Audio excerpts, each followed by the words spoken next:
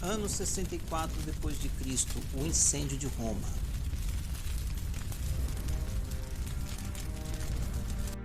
Talvez o cristianismo não se expandisse de maneira tão bem-sucedida caso o Império Romano não tivesse existido. Podemos dizer que o Império era como um tambor de gasolina à espera da faísca da fé cristã. Os elementos unificadores do Império ajudaram na expansão do Evangelho.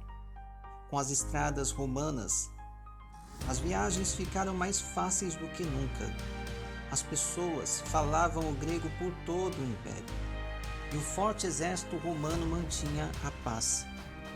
O resultado da facilidade de locomoção foi a migração de centenas de artesãos, por algum tempo, para cidades maiores como Roma, Corinto, Atenas ou Alexandria, e depois se mudavam para outro lugar. O cristianismo encontrou um clima aberto para a religiosidade, em um movimento do tipo nova era dos dias de hoje. Muitas pessoas começaram a abraçar as religiões orientais, a adoração a Ísis, Dionísio, Mitra, Cibele, Hades, Poseidon, Zeus, Apolo e outros. Os adoradores buscavam novas crenças, mas algumas dessas religiões foram declaradas ilegais por serem suspeitas de praticar rituais ofensivos. Outras crenças foram oficialmente reconhecidas, como aconteceu com o judaísmo, que já desfrutava da proteção especial do Império desde os dias de Júlio César. Embora seu monoteísmo e a revelação bíblica os colocassem à parte das outras formas de adoração. Tirando plena vantagem da situação, os missionários cristãos viajaram por todo o Império. Ao compartilhar sua mensagem, as pessoas nas sinagogas judaicas, nos assentamentos dos artesãos e nos cortiços se convertiam. Em pouco tempo, todas as cidades principais tinham igrejas, inclusive a capital imperial, Roma.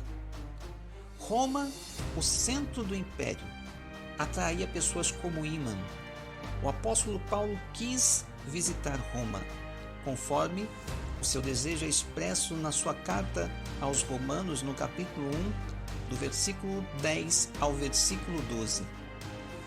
E na época em que escreveu sua carta à igreja romana, vemos que ele já saudava diversos cristãos romanos pelo nome, como nos narra Romanos capítulo 16, versículo 3 ao 15, talvez porque já os tivesse encontrado em suas viagens. Paulo chegou a Roma acorrentado. O livro dos Atos dos Apóstolos termina narrando que Paulo recebia convidados e os instruía, ensinava-os em sua casa, onde cumpria pena de prisão domiciliar, ainda que de certa forma não vigiada. A tradição também diz que o apóstolo Pedro passou algum tempo na igreja romana. Embora não tenhamos números precisos, podemos dizer que, sob a liderança destes dois grandes homens de Deus, a igreja se fortaleceu, recebendo tanto nobres e soldados quanto artesãos e servos. Durante 3 décadas, os oficiais romanos achavam que o cristianismo era apenas uma ramificação do judaísmo, uma religião legal, e tiveram pouco interesse em perseguir a nova seita judaica, como chamavam. Muitos judeus, porém, escandalizados pela nova fé, partiram para o ataque, tentando inclusive envolver Roma no conflito. O descaso de Roma pela situação pode ser visto no relato do historiador romano Tácito. Ele relata uma confusão entre os judeus, instigada por um certo Crestus, ocorrida em um dos cortiços de Roma. Tácito pode ter ouvido errado, mas parece que as pessoas estavam discutindo sobre Christos, ou seja, Cristo. Por volta de 64 d.C., alguns oficiais romanos começaram a perceber que o cristianismo era substancialmente diferente do judaísmo. Os judeus rejeitavam o cristianismo e cada vez mais pessoas viam o cristianismo como uma seita ou uma religião ilegal. A opinião pública pode ter começado a mudar em relação à fé nascente até mesmo antes do incêndio de Roma. Embora os romanos aceitassem facilmente novos deuses, o cristianismo não estava disposto a partilhar a honra com outras crenças. Quando o cristianismo desafiou o politeísmo, tão profundamente arraigado de Roma, o império contra-atacou. Em 19 de julho, ocorreu um incêndio em uma região de trabalhadores de Roma. O incêndio se prolongou por 7 dias, consumindo um quarteirão após outro dos cortiços populosos. De um total de 14 quarteirões, 10 foram destruídos e morreram muitas pessoas. A lenda diz que o imperador romano Nero dedilhava um instrumento musical enquanto Roma era destruída pelas chamas. Muitos de seus contemporâneos achavam que Nero, o imperador de Roma, fora o responsável pelo incêndio.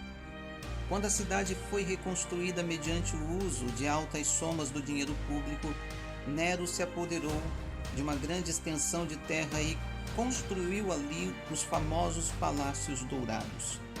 O incêndio pode ter sido a maneira rápida de renovar a paisagem urbana. Objetivando desviar a culpa que recaíra sobre si, o imperador criou um conveniente bode expiatório: os cristãos. Eles tinham dado início ao incêndio, acusou o imperador. Como resultado, Nero jurou perseguir e matar os cristãos. A primeira onda de perseguição romana se estendeu de um período pouco posterior ao incêndio de Roma até a morte de Nero, em 68 d.C. Sua enorme sede por sangue o levou a crucificar e queimar vários cristãos cujos corpos foram colocados ao longo das estradas romanas, iluminando-as, pois eram usados como tochas. Outros, vestidos com peles de animais, eram destroçados por cães nas arenas.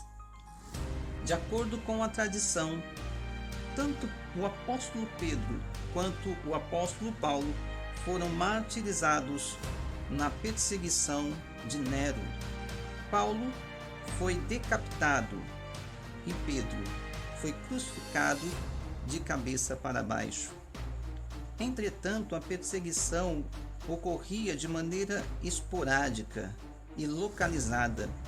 O imperador podia intensificar a perseguição por 10 anos ou mais, mas um período de paz sempre se seguia, o qual era interrompido abruptamente quando um governador local resolvia castigar novamente os cristãos de sua área, sempre com o aval de Roma. Esse padrão se prolongou por 250 anos. Tertuliano, escritor cristão do século II, disse: "O sangue dos mártires é a semente da igreja." Para surpresa geral, sempre que surgia perseguição, o número de cristãos a ser perseguido aumentava.